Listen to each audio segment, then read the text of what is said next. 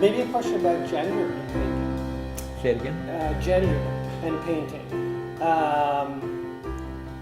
Not to get too political or anything, but do you two things. First, when you look at a painting, do you think you know if it's a male or a female artist? I shouldn't even say painting, but just a piece, whatever it is, sculpture, whatever. And then the other question is, what do you think about the access women have to the gallery world or success, you know, in the art world in general? Okay. First, I seldom, if I'm encountering a work I know nothing about, I seldom would make a guess about is it a man or a woman, okay?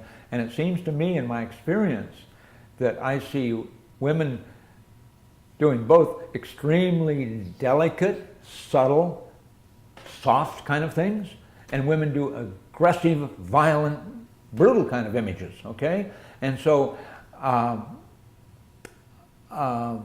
I don't think about gender in that sense, or I don't think about paintings in gender, and I'm very interested in a number of women painters who I think are doing remarkable things. The other question about their access to galleries, I think it's improved a great deal from what it was 30 years ago, okay? But at the same time, there's still this huge thing about the top rank of artists, the top level of the blue chip artists do not, it includes very few women, okay? And you don't see a woman up there with Ansel Kiefer or Gerhard Richter or Jeff Koons, okay? That there's these superstars, Damien Hirst, these superstars and people that are getting 7 figures for their work, okay? Seldom include women. But I think it's changing. I can think of women like, I say that and I can't think of her name.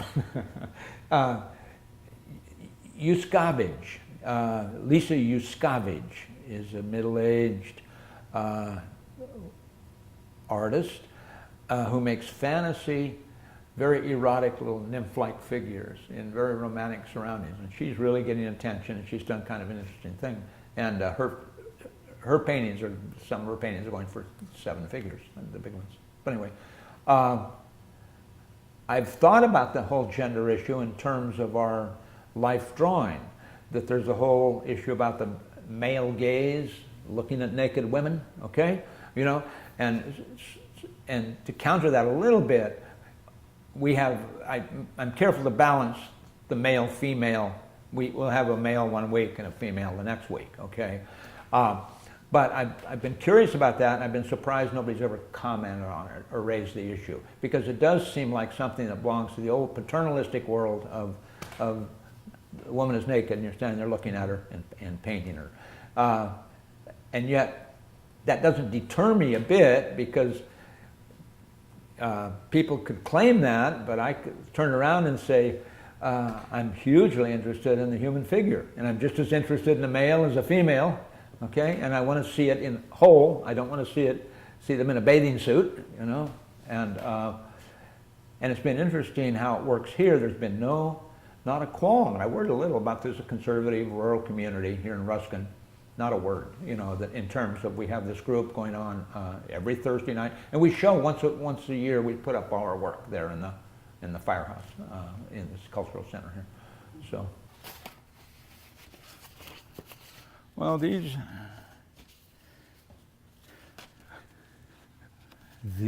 are a result of every Thursday night, you know. And after 4 years, as you can see, there's hundreds. But it's like it's a little like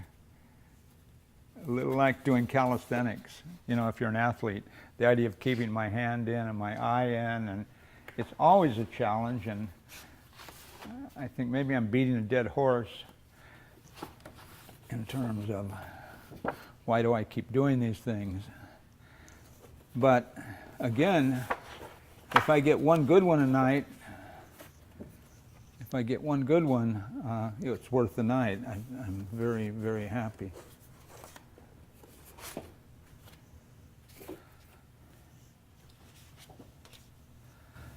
Talk about what it's like to work in watercolor.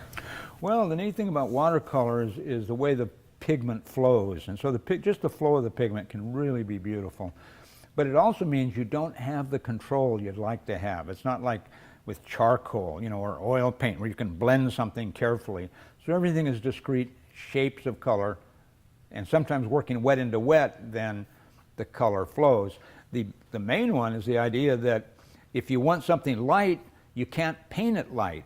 That in watercolor, the idea of it being transparent and the idea of any lights have to be the light of the paper, means that you've really got to be attending to, you're painting the darks, got to be looking at the shapes of light and saving those, preserving those. And I love the look of watercolor. And, and I'm trying with these, I'm trying always to be adventurous. I'm trying to not repeat a formula. I'll often use color kind of arbitrarily, or I'll just erratically make a decision about color.